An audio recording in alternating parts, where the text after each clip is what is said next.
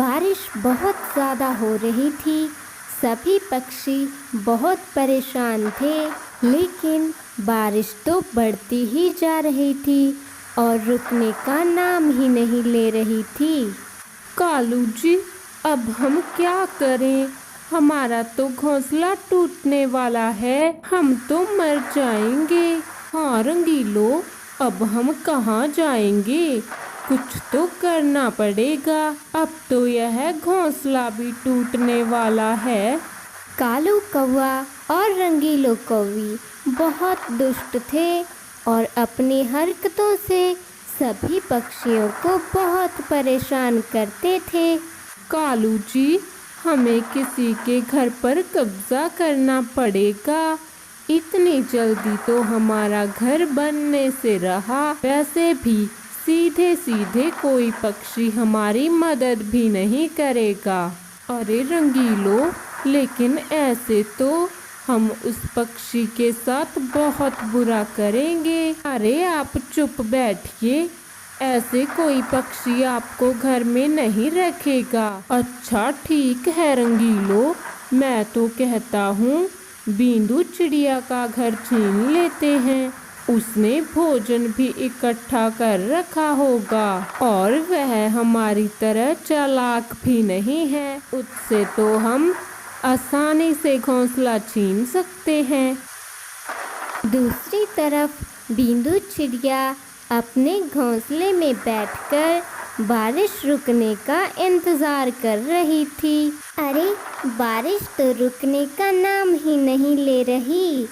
सभी पक्षियों को बहुत परेशानी हो रही है। ऐसे तो हम भोजन ढूंढने भी नहीं जा सकते और मेरे पास तो बहुत कम भोजन रह गया। कालू कौवा और रंगीलो कौवी बींदू चिड़िया के घर का दरवाजा खटखटाते हैं। बींदू चिड़िया उन्हें दरवाजा खोल देती है और वह देखती है कि बाहर तो कालू कौवा और रंगीलो कौवे खड़े हैं। बींदू, हमें अपने घर में रख लो, हमारा घर टूट गया। हमें इतनी बारिश में बहुत मुश्किल हो रही है। अब इस बारिश में तो हम अपना घोंसला भी नहीं बना सकते। हाँ बींदू, हमें रख लो, जब बारिश रुक गई हम अपना घर बना लेंगे और यहाँ से चले जाएंगे। ठीक है रंगीलो, तुम आ जाओ, परेशान मत हो।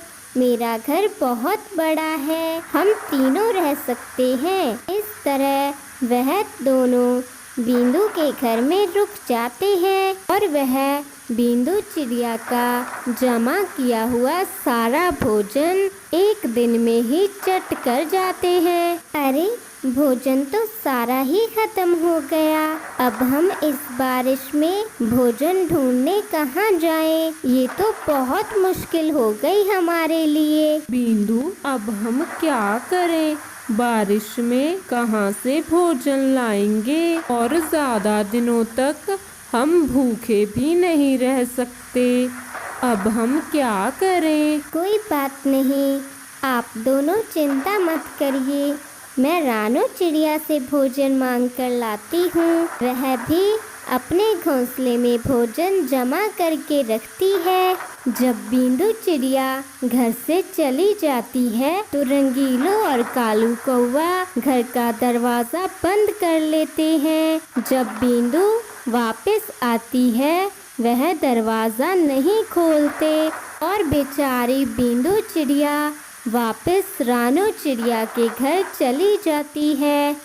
रानो बहन, मेरा घर रंगीलो कौवी ने मुझसे छीन लिया और अब वह मुझे दरवाज़ा नहीं खोल रही। अरे बींदू, हम सब पक्षियों को पता है कालू कौवा और रंगीलो कौवी कितने दुष्ट हैं।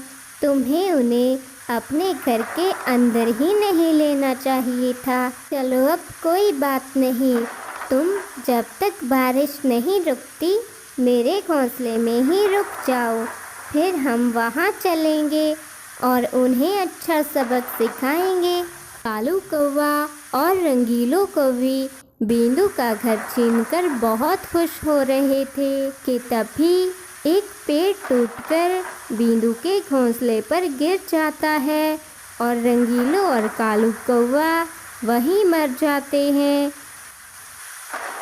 अरे बींदू, हमें तो कुछ करने की ज़रूरत ही नहीं पड़ी, इन्हें तो अपने किए की सज़ा खुद ही मिल गई।